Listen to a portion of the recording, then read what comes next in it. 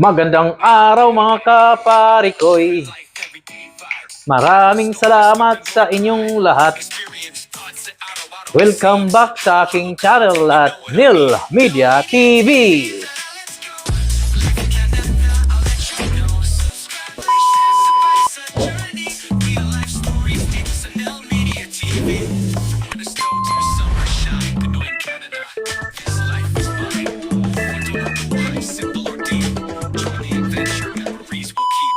Yan. Magandang araw. Welcome back sa ating mga subscriber dyan. At dumadami na ang ating subscriber nga pala. At maraming salamat sa ating mga tagapagsubaybay at sa mga lahat ng mga sumusuporta sa aking YouTube channel. Maraming salamat po sa inyo. At na subaybayan nyo ang aking kwentong buhay Canada. At pangalawa dyan ay siyempre yung talagang support nyo na may ahon ang aking channel mula sa kahirapan. Okay? So ngayon, kahit pa paano ay, di ba, ang laki ng angat. Parang 3/4 doon sa, palagay na lang natin na 75%. 25% ako doon dati. Yung biglang, alam mo yun, 75% ang dagdag doon sa aking subscriber. Okay? So, umahaba na ng umahaba ang ating subscriber mula sa sulok ng mundo. Saan man yan. Whether sa Japan, UK, KSA, saan pa ba, Qatar. Siyempre, Pilipinas din nagpapauli sila yung nagbibigay sa akin ng lakas na loob. Kaya, dito tayo ngayon. Tuloy-tuloy ang pag-upload at gagandahan pa natin ang ating mga videos. Since gagandahan natin ang lulutuin natin ngayong araw na to ay paksiw. Tagal, no? Pinapahaba lang pala. Sa Bisaya ay inununan. Di ba? Sinong nakaka-relate niyang inununan? Ang inununan sa Tagalog ay paksiw. Okay? At ang Bisayang inununan, which is paksiw sa Tagalog, ay iba-iba ang klaseng pagluluto. At dito sa lulutuin natin na inununan, ay gagamit tayo ng makarel. Okay?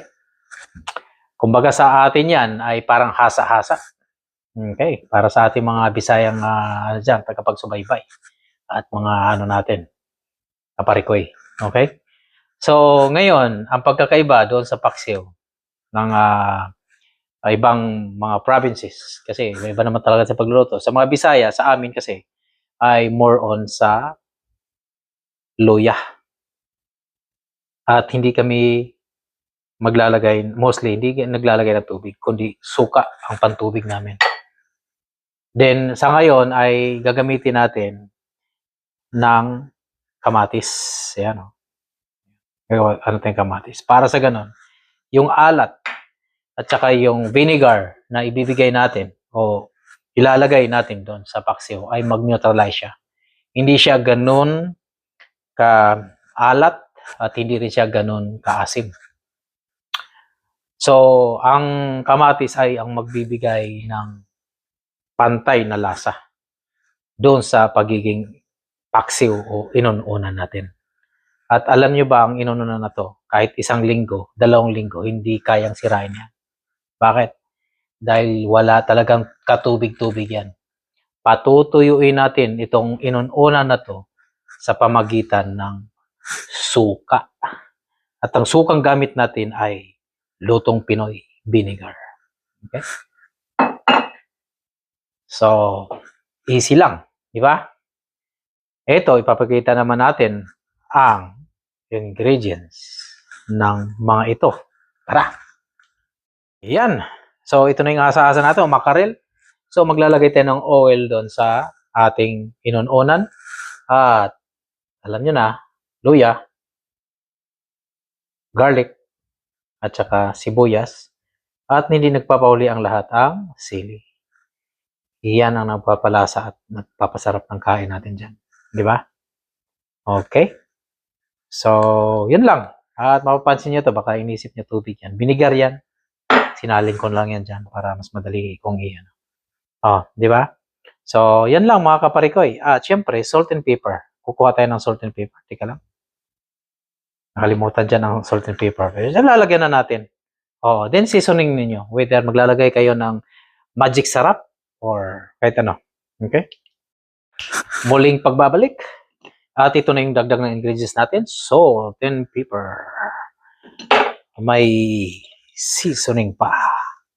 At ito ay pinaghalong magic sarap at wow sarap. Okay? So, hindi lang siya magiging magic, magiging wow pa.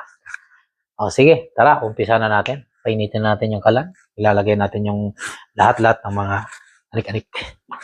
Ano lang ka-easy, mga kaparikoy. Hindi na natin kailangan pahirapan pa ang manonood. High-tech na tayo ngayon. So, kailangan lang, isang ratsadahan lang. Masusundan ng mga yan. Di ba? So, ngayon, ilalagay lang natin itong mga ito. Okay.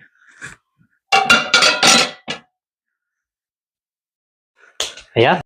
Ilalagay lang natin yung mga ingredients na yan sa isang kaldero natin. Di ba?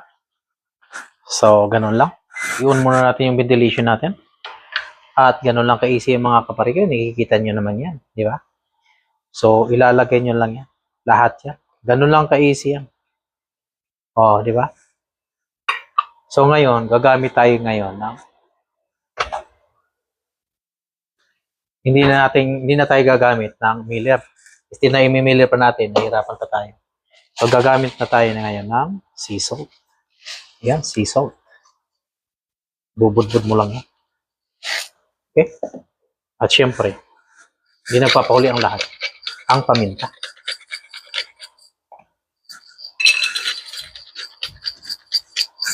Naka-simple yan mga kapariko. At syempre, ang pinaghalong magic sarap at wow sarap.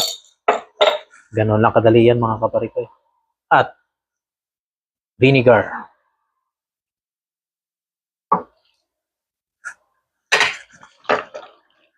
Syempre, lalagyan natin ng mantika.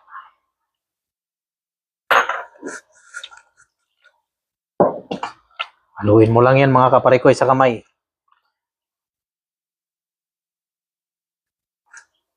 Walang kahasil-hasil yan. Ganun lang ka-easy yan. Pag naluto yan, sampal gid. Okay, so ganun lang ka-easy. Ayan, nakikita nyo naman. Tara, lutuin na natin yan. Within 5 minutes, tapos yan. At luto na. Pwede nang ihain yan. Yan, takpan lang natin yan. Oops, mali yung ano natin. Takip. Hindi naman yung takip na yan. Natin natin yung tamang takip yan mga kapariko. Yan. Yan, tumpak na takip talaga. Yan ang tunay. Na mandaragat. O, yan. So, 5 minutes o 5 to 10 minutes, luto na yan mga kapariko. Hain na ang almusal, agahan, tanghalian, at hapunan. Alam nyo kasi, napakadali lang lutuin yung inuunan. Paglaluin mo lang lahat yan, isalang mo na. Kaya mo siyang matuyuan. At yung mantika na nilagay natin ay magiging parang sardinas yun. Para siyang nagiging parang Spanish sardines ang dating. So, yun ang magiging ano niya. Pero yung Spanish sardines, more on oily ano yun, di ba? Then, wala ka na halos makikita ng sabaw kasi mantika. Pero ito, may kunti pa ring sabaw ito. Bakit? Dahil sa kamatis na nilagay natin. Yun ang maghahalo yan doon. At mangyari dyan parang mamati-matika siya na may tomato sauce, na may anghang, na may asim, at alat-alat na konti. Yun ang magiging lasa dapat. Dapat ha. Di ba? Kaparikoy, siya nga pala, may pahabol tayo. Kung may ano nga pala kayo, may konting gulay gaya ng talong o di kaya ampalaya ay pwede nyong ihalo doon sa ating paksiw para naman may gulay kahit paano. Di ba? So, yun lang naman ang dagdag. So, since nakakita tayo ng eggplant, nilagay ko na kaagad para may habol pa. Okay? A few moments later. Ayan na mga kaparikoy, luto na ang ating paksiw. Makalipas lang ng mga ilang minuto, ay yan na. O, kita nyo? Talong na. Kanina wala pa. Kanina sabi kasi pinahabol ko lang yan, laglag ko lang yan diretso yan. O, di, sandukin na natin. O, di ba? Ganun lang. Okay.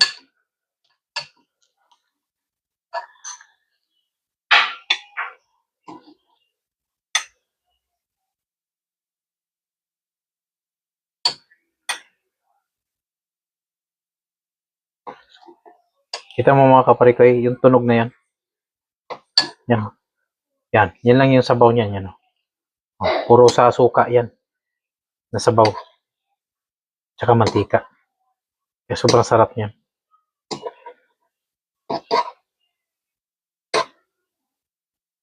Yan. Okay. Ganun lang, Casey. Layo natin yan sa...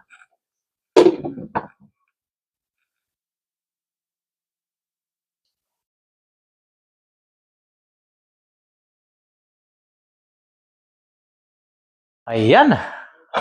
Tapos na naman na atin. Teka lang. Ayan, tara na mga kaparikoy. Kakain na tayo. Luto na yung ginawa natin. So, yeah, ganun nga. Sabi ko sa inyo, yung texture niya ay magiging parang mantika na dry. Okay? Ayan, kikita nyo.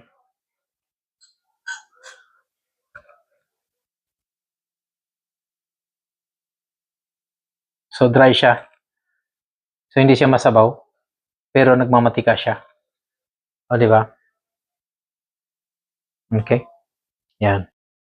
Siyempre, hindi natin pwedeng hindi natin tikman. Di ba?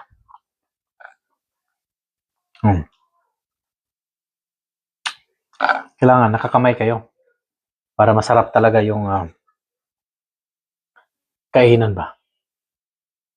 Kumbaga sa Bisaya yan ay kinamot. Magkinamot ratani. Sus, matika-matika mga kaparikoy.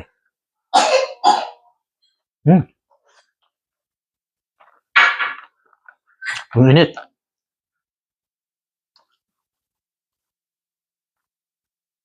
Panalong-panalong lasa.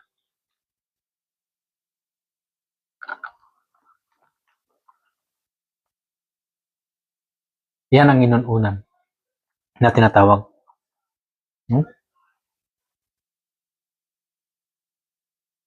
Kaya talagang tumatagal siya kahit ilang linggo.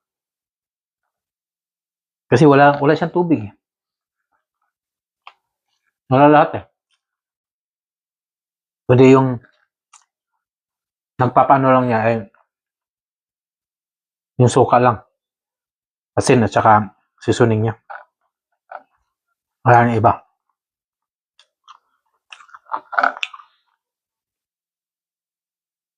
Kaya mangyari, hindi siya maalat. Yung.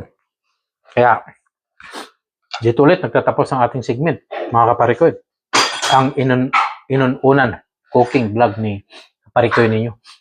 Okay? Kaya, huwag kayo magsasawa magsubaybay sa aking mga kwentong Buhay Canada. Kaya dito lang sa Buhay Canada!